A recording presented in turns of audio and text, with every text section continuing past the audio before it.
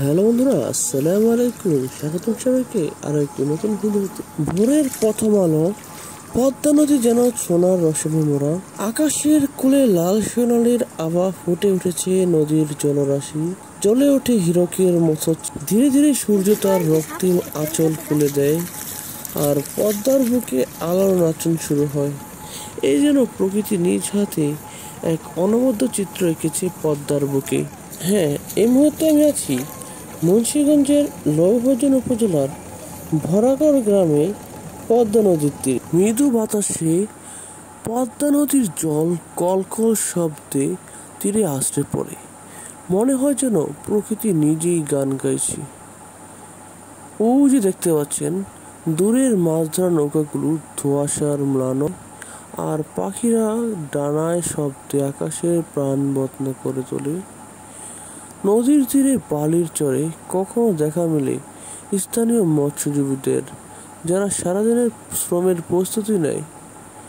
পদ্মার এই নিস্তব্ধ সকালে সময় যেন থমকে দাঁড়ায়। প্রকৃতি ও মানুষের সহাবস্থানে এক মোহনীয় দৃশ্য।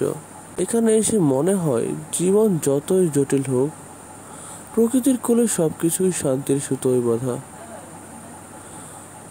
পদ্মার সকাল শুধু দৃশ্য নয়, এটি এক অনুভূতি, যেখানে জল, আকাশ আর মানুষের স্বপ্ন মিলেমিশে একাকার। আপনি যদি আমাদের ফেসবুক পেজে নতুন হয়ে থাকেন, ফেসবুক পেজটা অবশ্যই ফলো দিয়ে ভিডিওটা শেয়ার করে দিবেন।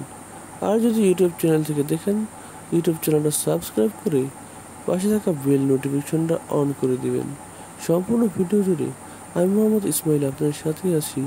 আপনারা যদি এরকম আরও নিত্য নতুন ভিডিও পেতে চান, অবশ্যই কমেন্টে জানাবেন আপনার মূল্যবান মন্তব্য।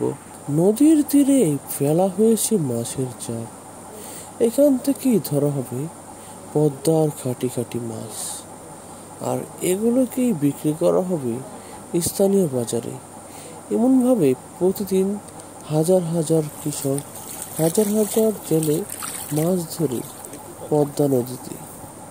পদ্মা নদী আমাদের হৃদয়ের সাথে মিশে গেছে।